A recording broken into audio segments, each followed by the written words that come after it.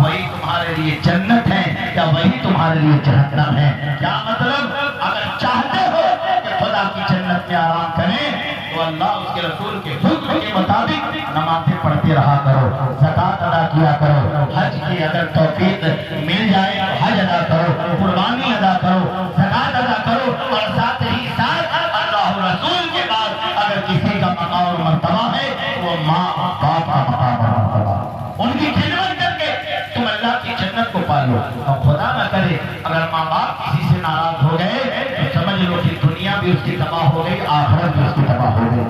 ماں باپ کا حکم ماننا بال بچوں کے لیے فرض ہے، فرض ہے، لیکن کب؟ جب ماں باپ کا حکم شریعت کے اندر ہو، اگر شریعت کے حدود کے باہر حکم ہو، کوئی ماں کہے کہ نماز نہ پڑھو، بدھ کی پوجا کرو، پھر ماں کی بات نہیں مانی جائے گی۔ کوئی باپ کہے کہ ایک اللہ کو نہ مانو، انیکوں کو معبود بنا لو، پھر باپ کی بات نہیں مانی جائے گی۔ لیکن شریعت کے اندر رہ کر، توحید و رسالت کے اندر رہ کر اگر باپ کا حکم آئے، ماں کا حکم آئے تو بسر و چشم قبول کرنا ہے اور اس پر عمل کرنا ہے۔ جیسا کہ سرکار نے فرمایا کہ اگر میری والدہ حضرت آمنہ زندہ ہوتی اور میں امت کی امامت کرا رہا ہوتا، نماز عشاء کی پہلی رکعت میں کھڑا ہوتا اور میں تلاوت کر رہا ہوتا، اور بغیر کسی ضرورت کے، بغیر کسی کام کے، صرف یوں ہی اگر میری ماں کہتی محمد، میں نماز توڑ کر ماں کی بات سننے چاہتا، اس سے بڑی بات کیا ہو سکتی ہے؟ اس لیے جن کی ماں زندہ ہے،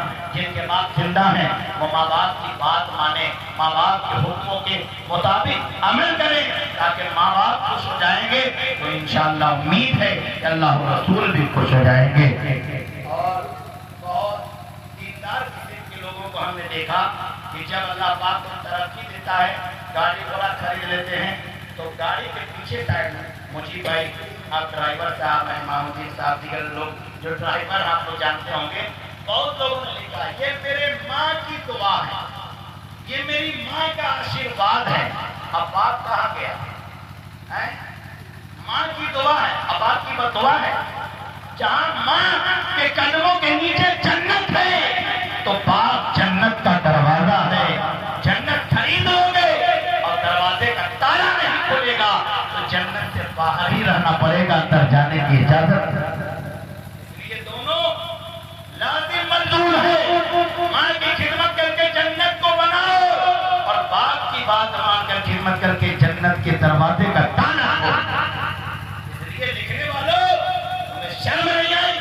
جس باپ نے محنت کی کمائی تمہاری پرورش میں لگا دیا، تمہاری پڑھائی میں لگا دیا، خود پھٹا پڑھنا پڑتا تھا، تمہیں اچھا پڑھاتا تھا، اسی دن کے لیے اگر تمہارے ہمارے باپ کی نظر اس لکھے ہوئے پر پڑ گئی کہ ماں کی دعا ہے تو باپ کا کلیجہ دکھے گا کہ نہیں دکھے گا؟ باپ کی دل سے دعا نکلے گی یا بد دعا نکلے گی؟ اس لیے کام ایسے کرو جو دنیا میں تمہیں اچھائی اور سچائی کا راستہ دکھ رہا ہے اور بعد وفات جنت کا راستہ۔ جہاں لکھ رہے تھے ماں کی دعا ہے، وہیں لکھتے ہیں میرے ماں باپ کی دعا ہے، کیا فرق ہوتا ہے؟ کتنا بڑھ جاتا ہے۔ اس لیے ماں اور باپ یہ دونوں وسیلہ ہیں ہمارے اور آپ کی دنیا میں آنے کا، اور اللہ اس کے رسول کا حکم بھی یہی ہے کہ اللہ کے حکم کے بعد، رسول اللہ کے حکم کے بعد، تابعداری کے بعد سب سے پہلا یہ کام کرنا ہے کہ ماں باپ کی فرما برداری کرنا ہے۔ اسی لیے اللہ پاک نے جہاں سے قرآن میں فرمایا تو جمع کا صیغہ استعمال کیا، واحد کا صیغہ استعمال نہیں کیا۔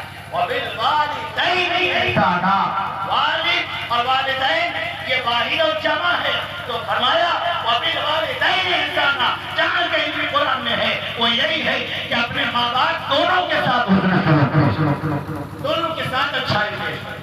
بس ایک بات اور بات میری مکمل، بہت ساری باتیں آپ نے سنی، ماں کی وفاداری سے بڑی سی بڑی دولت بھی دنیا میں ملتی ہے اور بعد وفات اللہ کی جنت مل جاتی ہے۔ ایک نام ہے حضرت اویس قرنی رحمۃ اللہ علیہ، یہ حضور کے زمانے میں تھے اور حضور کے زمانے میں دعوت اسلام ان تک پہنچی اور وہ ایمان بھی لے آئے۔ بڑی خواہش تھی، مدینہ شریف سے چند میل کے دور پر قرن کے علاقے